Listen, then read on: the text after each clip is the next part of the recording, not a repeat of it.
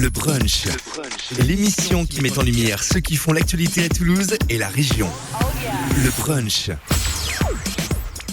Bonjour à tous, bienvenue dans le brunch, votre émission hebdomadaire qui met en lumière toutes les semaines celles et ceux qui font l'actualité sur Toulouse ainsi que sur toute la région. Émission spéciale Octobre Rose, aujourd'hui qui met en avant les activités promues par la commune de Roques à l'occasion de ce mois consacré au dépistage du cancer du sein. Et puis nous aurons en fin d'émission Myriam, notre chroniqueuse qui nous amène chaque mois en balade. Aujourd'hui, destination le Danemark. Le brunch 2024, c'est parti. Bonjour à toutes et à tous, je suis Myriam.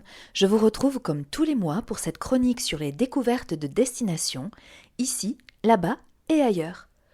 Aujourd'hui, cap sur le Danemark. Le Danemark est un pays scandinave du nord de l'Europe. C'est le pays de la Petite Sirène et de Hans Christian Andersen, un auteur que vous connaissez bien à travers ses contes. Géographiquement, le pays regroupe la péninsule du Jutland, qui s'ouvre comme un pouce vers la mer du Nord et la mer Baltique, et de nombreuses îles, dont le Zeeland, où se trouve Copenhague, sa capitale. La superficie totale est de 43 000 km², ce qui correspond à peu près à la superficie de l'ancienne région Midi-Pyrénées, si on annexait en plus le département de l'Aude. 6 millions d'habitants se répartissent sur tout le territoire. Au cours de votre séjour, il faudra faire un petit peu de calcul mental pour jongler entre l'euro et la couronne danoise. Oui, il s'agit bien de couronne, car politiquement, le pays est une monarchie constitutionnelle dotée d'un parlement, avec un roi, Frédéric X, qui est en poste depuis janvier 2024.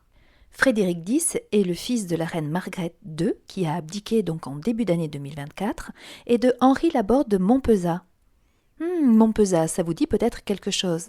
Lorsqu'on quitte Montauban et que l'on monte vers Cahors et le Quercy, on passe pas très loin de ce village de Montpezat de Quercy. Effectivement, la famille Laborde de Montpezat est originaire du sud-ouest et notamment de la région de Bordeaux, ce qui crée des liens encore plus étroits entre le sud-ouest et le Danemark. Qui dit Danemark dit aussitôt terre des Vikings. Dès le 8e siècle, ces navigateurs très audacieux qui vont partir à la conquête du monde et découvrir cette terre verte que l'on connaît aujourd'hui sous le nom de Grönland, Groenland, une terre glaciaire.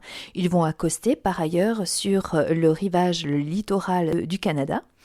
Donc ces Vikings sont très représentés dans le patrimoine du pays. Pour les découvrir, il faut se rendre à quelques kilomètres à l'ouest de Copenhague, à 36 kilomètres à Roskilde. Vous avez là un célèbre musée des bateaux vikings. Sinon, traversez toute la région du Zeeland, à une centaine de kilomètres de la capitale, la forteresse de Trelleborg fait partie des joyaux de cette époque. Plus loin, lorsqu'on pénètre à l'intérieur du Jutland, dans le Danemark du Sud, vous allez entendre parler ou découvrir le site de Jelling qui a été inscrit au patrimoine mondial de l'humanité par l'UNESCO. C'est un site funéraire qui a été édifié pour protéger la dépouille du roi Gorm, un roi qui a régné entre 936 et 958. Ce roi est moins connu que son fils Harald à la dent bleue. Ce Harald a unifié tous les clans vikings et fondé la monarchie actuelle du Danemark. Mais ce n'est pas tout. Harald à la dent bleue a aussi inspiré les concepteurs des communications par Bluetooth.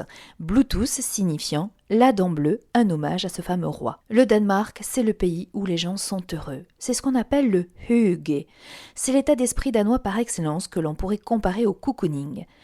Hygge signifie créer une atmosphère chaleureuse et profiter des belles choses de la vie avec ses amis. Ce qui est super hygge, ce sont les bougies et les vêtements confortables. Pour l'anecdote, les bougies sont partout présentes. Les Danois consomment jusqu'à 6 kilos par personne et par an. Le Danemark, c'est aussi un pays de spécialité, et notamment les tartines beurrées, ces fameuses smørrebrød. C'est une tradition paysanne qui n'est pas propre au Danemark. Souvent, du pain est accompagné d'une graisse, qu'elle soit animale ou végétale, saupoudrée de sucre, de sel ou d'épices. Ici, on consomme un pain noir, lourd et épais, et on l'agrémente en fait de tout ce qui vient de produits de la mer, du hareng, des poissons fumés, des œufs de poisson, mais aussi du fromage frais, des concombres ou des radis. Pour que le smørrebrød soit encore plus appétissant, on rajoute une sauce émulsionnée qui se rapproche d'une mayonnaise qu'on appelle le rémoulade.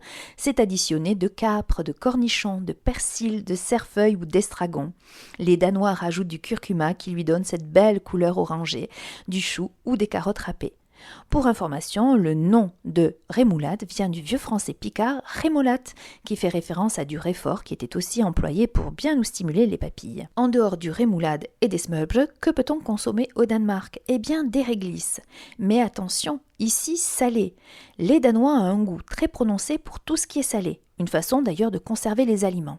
Les Scandinaves consomment de 80 à 90% de la production mondiale de réglisse, utilisée au départ comme un médicament contre la toux ou le mal de gorge. Depuis le 19e siècle, lakrids, c'est le nom danois, se prépare pour la confiserie ou encore en cuisine. Alors me direz-vous, Myriam, comment est-ce qu'on peut aller au Danemark? Eh bien c'est quelque chose de très facile depuis Toulouse grâce à la compagnie norvégienne Norwegian qui a ouvert en 2024 des vols directs entre Toulouse et Copenhague et Toulouse-Aalborg. Très content du succès de ces nouvelles ouvertures aériennes, l'année 2025 s'annonce très riche en propositions qui vous seront faites. D'ici que vous partiez vers le Danemark, je vous souhaite une très belle journée et portez-vous bien, à très vite. Le brunch, l'émission qui met en lumière ceux qui font l'actualité à Toulouse et la région. Le brunch.